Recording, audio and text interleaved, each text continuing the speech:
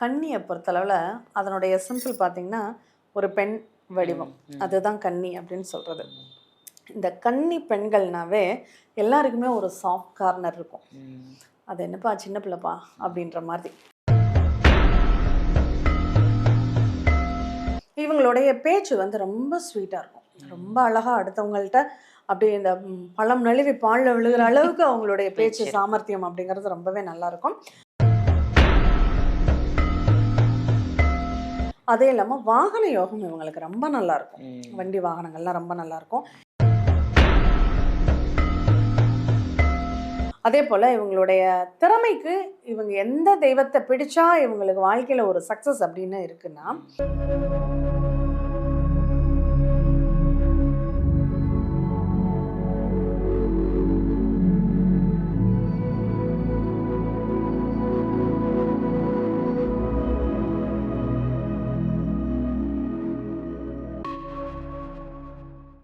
ஆன்மீக பரிகார நேயர்கள் அனைவருக்கும் அன்பான வணக்கங்கள். இன்னைக்கு நம்ம யாரை சந்திக்க வந்திருக்கோம், என்ன விஷயத்தை பற்றி தெரிஞ்சுக்க வந்திருக்கோம் அப்படின்னு பார்த்தீங்கன்னா, இவங்க வந்து ஜோதிடர் மட்டும் இல்லைங்க, ஜோதிட ஆசிரியரும் கூட.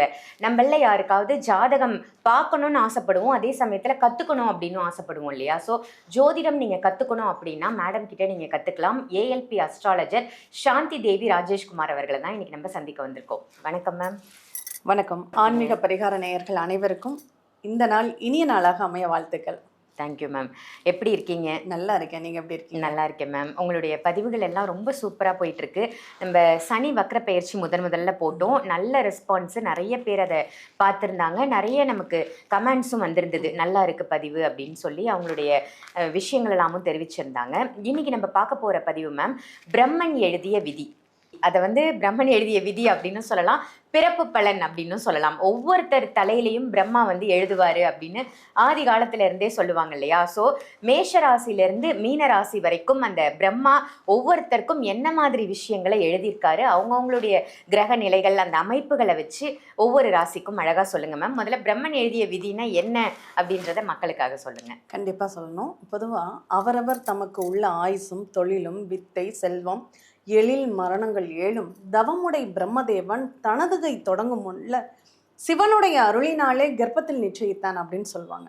பிரம்மா வந்து ஒரு குழந்தைய படைக்கும் போதே அது இன்னாருக்கு தான் குழந்தையாக பிறக்கணும், இன்ன கர்மாவை தாங்கி தான் அனுபவிக்கணும் அப்படின்னு சொல்லி அந்த சிவபெருமானுடைய அனுகிரகத்தினால அவர் கர்ப்பத்திலேயே நிச்சயிக்கிறாரு அப்படின்னு தான் சொல்லியிருக்காங்க. அப்போ அப்படிப்பட்டது நம்ம ஆரம்பம். நம்ம வந்து இப்போ அட்சய லக்னத்தில் லக்னம் மாற பலன்கள் மாறும்னு சொன்னாலும் நம்மளோட எங்கே ஆரம்பிச்சிருக்கோம் அப்படிங்கிறது தான் அந்த பிறப்பு லக்னம் அப்படின்னு சொல்கிறது. நம்ம கிராமப்புறத்துலலாம் ஒரு பழமொழி சொல்லுவாங்க, தொட்டில் பழக்கம் சுடுகாடு அப்படின்னு சொல்லுவாங்க. பிறப்பில் இந்த ஜெனட்டிக்கில் இந்த கேரக்டரில் ஒரு குழந்தை பிறந்ததுன்னா அதனுடைய குணத்தன்மைகள் வெளிப்படுற விதங்கள் வேற வேறையாக இருக்கும். ஆனால் உள்தன்மை அப்படிங்கிறது அது தொட்டில் சுடுகாடு வரையும் இருக்கும் அப்படிங்கிறத சொல்லியிருக்காங்க, மாறாது. ஏன்னா அது தலையெழுத்து, அது இந்த பாதை வழியாக பயணிக்கணும் அப்படிங்கிறத ரெக்கார்டாகவே கொண்டு வர்றது தானே. நமக்கு ஏற்படக்கூடிய சாதக பாதகங்கள் எல்லாமே நம்ம பிறக்கும்போது நமக்கு நிர்ணயிக்கப்பட்டது தான். அந்த நிர்ணயித்தல் வந்து நம்ம நடைமுறை வாழ்க்கையில் நம்ம செய்யக்கூடிய செயல்களால் அது கூடவோ குறைச்சோ இருக்குமே தவிர கட்டாயம் அந்த விதிப்பயன் அப்படிங்கிறத நம்ம அனுபவிச்சு தான் ஆகணும். இப்போ அந்த மாதிரி தான் ஒவ்வொன்றையுமே அந்த இறைவன் வந்து எல்லாமே விதிக்கப்பட்டதுன்னா ஏன் ஜோதிடம் பார்க்கணும் அப்படிங்கிற ஒரு கேள்வி எல்லாருக்குள்ளேயும் இருக்கும். ஆனால் அது ஏன் பார்க்கணும்னா, இதுதான் அமைப்பு அப்படின்னா நான் எடுத்து வைக்கக்கூடிய பாதையை சரியாக வைக்கலாம் இல்லையா? நான் ஒவ்வொரு அடியும் கவனமாக எடுத்து வைக்கலாம் இல்லையா? எனக்கு தெரியல சில பிரச்சனைகளே தப்பு செய்யாதன்னு, எந்த ஒரு குழந்தையுமே தப்பு செஞ்சால் தண்டனை உண்டுன்னு சொல்லி தான் வளர்க்குறாங்க. அதையும் தாண்டி தப்பு செஞ்சு தண்டனையில மாற்றுறது யாருடைய குற்றம்? அப்போ ஒவ்வொரு வினையுமே நம்ம பிறந்ததுக்கு அப்புறம் நம்மளுடைய 6 அறிவுங்கிறது மனிதனுக்கு மட்டும்தான் கடவுள் படிச்சிருக்காரு. ஜாதகமும் மனிதனுக்கு மட்டும்தான் நம்ம பார்க்குறோம், மற்ற ஜீவராசிகளுக்கு பார்க்கறது கிடையாது. அப்போ அந்த நிகழ்வை வந்து நமக்கு கொடுத்துட்றாங்க. ஆனால் கொடுத்ததுக்காக அதை இப்படிதான் நடக்கணும், இப்போ அம்மா அப்பா பேச்சை கேட்டு நல்ல பிள்ளையாக நடக்கிறதும் என் கையில தான் இருக்கு, அவங்க பேச்சை கேட்காம தருதலையா சுத்துறதும் என் கையில தான் இருக்கு. அப்ப நான் எப்படி இருக்கணும்னு நான் தானே முடிவு பண்றேன், அது மற்றவங்க கையில கிடையாது. அப்ப நான் என்ன மாதிரி உருவாகணும், நான் என்ன மாதிரி நான் எதிர்பார்க்கிறேன் அப்படிங்கிறதெல்லாம் என்னுடைய நிகழ்வுகளால என்னுடைய செயல்களால அந்த கர்மாவின் தொடர்ச்சியை நான் அனுபவிக்கிறேன் அப்படின்னு சொல்லலாம். இப்போ கடவுள் வந்து நம்மளை அனுப்பும்போது என்ன சொல்லி அனுப்புவார்? நிறைய பேர் கேட்கக்கூடிய இன்னொரு கேள்வி இருக்குது. நான் எந்த பாவமுமே செய்யல, ஆனா எனக்கு ஏன் மட்டும் இவ்ளோ? ஏன் இப்படி நடக்குது? நிறைய ஆமா. பாவம் பண்றவங்க எல்லாம் உண்மை, உண்மை. ரொம்ப சூப்பரா இருக்காங்களே. ஒரே ஒரு விஷயம், கெட்டவனுக்கு அடி விழுகுதுன்னா அது பெருசா வலிக்காது, நல்லவனுக்கு அடி விழுந்தாதான் அது வலிக்கும். அப்போ ஒரு ஜென்மத்துல நம்ம செய்த புண்ணிய பலனுக்கு கடவுள் மகிழ்ந்து என்ன வரம் கொடுக்குறாரு, நீ அடுத்த ஜென்மத்துல நீ கஷ்டப்பட்ட இந்த ஜென்மத்துல, அதனால இந்த கஷ்டத்துலயும் நீ நல்லது மட்டுமே பண்ணியிருக்க, உனக்கு பிரதிபலனா நான் அடுத்த ஜென்மத்துல உனக்கு நிறைய கொடுக்குறேன், நீ எப்படி வேணாலும் உன்னுடைய இஷ்டத்துக்கு நீ வாழ்ந்துக்கோன்னு வரத்தை கொடுத்துட்ற. அவன் என்ன பண்றான், அவன் நல்லவனா வளரணும், வளர்ந்தா அந்த புண்ணியம் அடுத்த தலைமுறைக்கும் பேசும். ஆனா என்ன கொடுத்த வரத்தை வந்து துஷ்பிரயோகம் பண்றான், கெட்டவனா உருமாறுறான். ஆனா அவனுடைய புண்ணியம் இருக்கிற வரையும் அவன் நல்லா தான் இருப்பான். அந்த புண்ணியம் எப்போ கழிக்கப்படுதோ அப்பதான் அவனுக்கு உள்ள தண்டனை அப்படிங்கிறது கிடைக்க ஆரம்பிக்கும். இப்போ அதே மாதிரி ஒரு ரொம்ப கெட்டவனா இருப்பான், அந்த கெட்டவன் என்ன பண்ணுவான், அந்த கடவுள் அவருக்கு தலையெழுத்தை எப்படி எழுதுவாரு, நீ ரொம்ப கெட்டவனா இருந்து உனக்கு எந்த கஷ்டம் வந்தாலும் உனக்கு எதுவுமே தெரியல, நீ நல்லவனா பிறந்து அவனுடைய வழியை நீ அனுபவிக்கும் போது தான் உனக்கு அந்த கஷ்டம் தெரியும், அந்த வேதனை புரியும், அதுதான் உனக்கான தண்டனைன்னு சொல்லி நல்லவனா படைச்சு அனுப்பிடுற. அதனாலதான் அவனால நல்ல நிலைமை, என்னதான் நல்ல குணங்களோட இருந்தாலும் கஷ்டப்பட்டுக்கிட்டே இருக்காங்க அப்படிங்கிறது. அப்ப இது ரெண்டுக்குமே நம்மளுடைய செயல்வினை தான் காரணமாக இருக்கு அப்படிங்கறத நம்ம தெரிஞ்சுக்கணும். Super ma'am.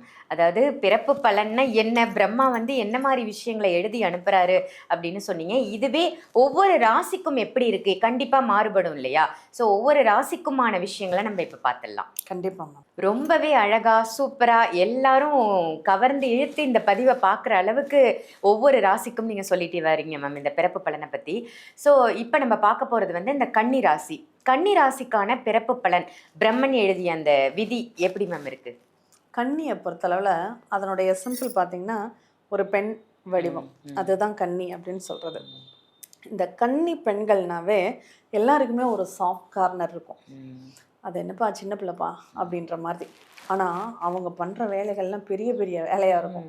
இந்த கன்னி புதனுடைய அமைப்பில் உள்ளது. அப்போ இந்த புதன் என்ன பண்ணும், உள்ளுக்குள்ளே ரொம்ப மென்மையாக ஒரு என்ன சொல்லுவாங்க, ஸ்மார்ட் ஒர்க்குங்கிறது இவங்களுக்கு ரொம்ப அழகாக வரும் அப்படின்னு சொல்லுவாங்க. ஹார்ட் ஒர்க் பண்ணவே மாட்டாங்க, ஹார்ட் ஒர்க் பண்ண வேண்டிய அவசியமும் இவங்களுக்கு இருக்காது. ஏன்னா இவங்களுக்கு யாரும் கடினமான வேலைகளை கொடுக்கவும் மாட்டாங்க. அதுதான் அந்த கன்னிப்புள்ள அந்த ஒரு மென்மையாக அவங்கள ஃபீல் பண்ண வைக்கும். அதனால இதுக்கெல்லாம் லாய்க்கு இல்லைப்பா, இது இந்த வேலையை மட்டும் பார்த்தா போதும் அப்படிங்கிற மாதிரி. அதே மாதிரி கணிதம் அப்படிங்கிறது இவங்களுக்கு ரொம்ப அழகாக வரும். ஒரு விஷயத்த ரொம்ப கணக்கு பண்ணி அசால்ட்டாக கொண்டு போகக்கூடிய ஒரு தொழில் செஞ்சால் கூட இந்த தொழிலில் இவ்வளோ மெஷர்மெண்ட்டு, இவ்வளோ லாபம், இவ்வளோ போகும், இவ்வளோ மிச்சம் அப்படிங்கிறத அழகாக கணக்கு பண்ணி கொண்டு போகக்கூடியவங்க. ஆனால் இவங்க அடுத்தவங்களுக்கு தான் பிளான் பண்ணி கொடுக்கணுமே தவிர தனக்கு பிளான் பண்ணக்கூடாது. தனக்குன்னு பிளான் பண்ணும்போது அவங்களுக்கு அது நடக்காது. ஏன்னா இவங்க சொல்கிறத அங்கே கேட்கக்கூடிய பக்குவத்தில், ஏன்னா இவங்களை சின்ன பிள்ளைங்கிற மாதிரி அடுத்தவங்க நினைப்பாங்க. ஆனால் அதை வந்து இவங்க சொல்கிறத மற்றவங்க வந்து கேட்க மாட்டாங்க. இவங்க சொந்தமாக ஓன முதலாளியாக இருக்கணும்னா, இதே இவங்க ஒரு ஐடியா பரவாயில்லையே, சின்ன பையனாக இருந்தாலும் நல்ல ஐடியா கொடுக்குறானே அப்படிங்கிற ஒரு மதிப்பு உங்கள்கிட்ட இருக்கும் அப்படிங்கிற ஒரு விஷயம் இருக்குது. அதனால இந்த கன்னியை பொறுத்தளவில் சொந்தமாக தொழில் செய்யணும்னு ஆசைப்படாதீங்க. தொழில் அதிபர்களுக்கு கூட நீங்கள் பேக் போனாக இருங்க, அது கண்டிப்பாக உங்களுக்கு நல்ல பேர் உண்டு, அதனால் உங்களுக்கு லாபமும் உண்டு அப்படின்னு சொல்லலாம். இவங்களுடைய பேச்சு வந்து ரொம்ப ஸ்வீட்டாக இருக்கும், ரொம்ப அழகாக அடுத்தவங்கள்ட்ட அப்படி இந்த பழம் நழுவி பாலில் விழுகிற அளவுக்கு அவங்களுடைய பேச்சு சாமர்த்தியம் அப்படிங்கிறது ரொம்பவே நல்லாயிருக்கும். அது ரொம்ப இனிமையாக பேசக்கூடியவங்களாகவும் இருப்பாங்க. இன்னும் சொல்லப்போனால் இவங்க அந்த கதை, கவிதை இந்த மாதிரி கலைத்துறைகளில் ஈடுபாடு மிக்கவர்களாக இவங்க திகழக்கூடிய ஒரு வாய்ப்புகள் அப்படிங்கிறது இருக்குது அப்படின்னு சொல்லலாம். அதே போல் அவங்களுடைய கம்யூனிகேஷன் தொடர்பு ரொம்ப மைனஸாக இருக்கும். இவங்க வந்து எதாக இருந்தாலும் நேரில் பார்த்து பேசினா ஜெயிச்சுடுவாங்க. ஃபோனில் பேசினாங்கன்னா அவங்களுக்கு அந்தளவுக்கு கம்யூனிகேட் பண்ண வராது. ஆன்லைன் வர்த்தகம் சம்மந்தமான நிகழ்வுகளும் இவங்களுக்கு கை கொடுக்காது. அதனால் அதை கொஞ்சம் இவங்க கம்மி பண்ணிக்கிறது நல்லது அப்படின்னு சொல்லலாம்.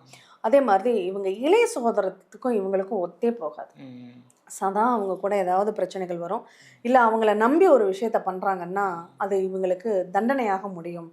சரி, தம்பியை நம்பி தான் இப்படி பண்ணிட்டேன், அவன் இப்படி பண்ணுவான்னு நான் நினச்சி கூட பார்க்கல, எனக்கு துரோகம் பண்ணிட்டானே அப்படிங்கிற வார்த்தை இவங்க சொல்லாமல் இருக்க மாட்டாங்க. அதனால அது தம்பியாக இருந்தாலும் சரி, தங்கையாக இருந்தாலும் சரி. இன்னும் சொல்லப்போனால் இப்போ உள்ள ஜெனரேஷன்லலாம் ஒரு குழந்தை தான் இருக்குது, தம்பிக்கோ தங்கைக்கோ வாய்ப்பு இல்லை. அப்போ நமக்கு தான் யாரும் இல்லையானா அசால்ட்டாலாம் இருந்துறாதீங்க. நீங்கள் பக்கத்து வீட்டுக்காரனா தம்பின்னு கூப்பிட்டீங்கன்னா, தங்கச்சின்னு கூப்பிட்டீங்கன்னா அவங்களால கூட பிரச்சனைகள் வரும். ஏன்னா அந்தளவுக்கு அந்த இளைய சகோதரம்னு நம்ம அந்த உணர்வு பூர்வமாக ஒரு தம்பியாக நினைக்கிறோம்னா அந்த வார்த்தை, தம்பிங்கிற வார்த்தையினால உங்களுக்கு பிரச்சனைகள் வரும் அப்படின்னு சொல்லலாம்.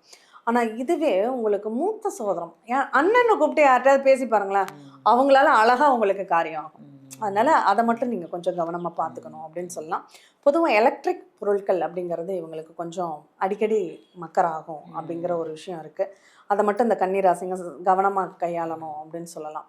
ஏன்னா சில நேரங்களில் ஸ்பார்க் ஆகக்கூடிய ஒரு வாய்ப்புகள்லாம் இவங்களுக்கு அதிகமாகவே உண்டு. அதே இல்லாமல் வாகன யோகம் இவங்களுக்கு ரொம்ப நல்லாயிருக்கும். வண்டி வாகனங்கள்லாம் ரொம்ப நல்லாயிருக்கும். இவங்களுக்கு ட்ராவல் பண்ணுறதே ஏதாவது ஒரு கோவில் தொடர்பான இடங்களில் தான் இவங்க ட்ராவல் பண்ணக்கூடிய ஒரு வாய்ப்பு. இவங்க வீடு கூட ஒரு கோவில் பக்கத்தில் அமையக்கூடிய ஒரு வாய்ப்புகள் தான் அதிகமாக இவங்களுக்கு இருக்கும் அப்படின்னு சொல்லப்படுது.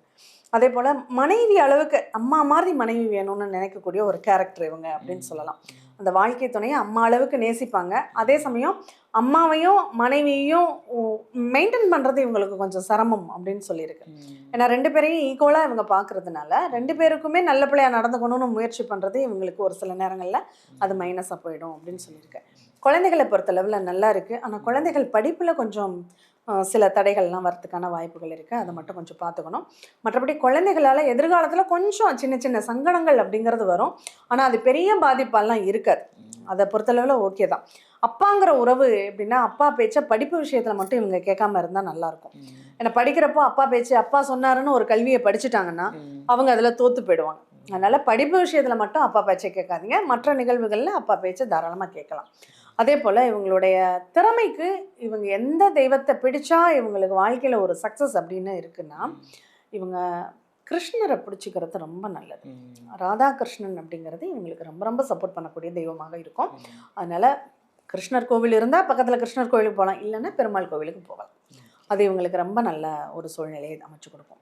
அதுவும் நின்ற நிலையில் இருக்கக்கூடிய பிரசன்ன வெங்கடேஷ பெருமாள் அப்படிங்கிறது இவங்களுக்கு ரொம்ப சாதகமாக இருக்கும். இந்த ராசிக்கு பிரம்மன் எழுதிய விதி எப்படி இருக்கு அப்படின்னு ரொம்ப அழகா சொன்னீங்க மேம். நன்றி. இந்த பதிவு உங்க எல்லாருக்கும் பயனுள்ள பதிவா அமைஞ்சிருக்கும் அப்படின்னு நினைக்கிறேன். இதை மற்ற ராசி நேயர்களுக்கும் ஷேர் பண்ணுங்க. ஆன்மீக பரிகாரம் நம்ம சேனலை சப்ஸ்கிரைப் பண்ணிக்கோங்க. அதே மாதிரி மேடமை நீங்க ஜாதக ரீதியாகவும் ஜோதிட ரீதியாகவும் சந்திக்கணும் அப்படின்னு நினைச்சீங்கன்னா வீடியோல இருக்கிற நம்பருக்கு கால் பண்ணி அப்பாயின்மெண்ட் வாங்கி நேர்ல கன்சல்டேஷன் எடுத்துக்கலாம், ஆன்லைன் கன்சல்டேஷனும் எடுத்துக்கலாம்.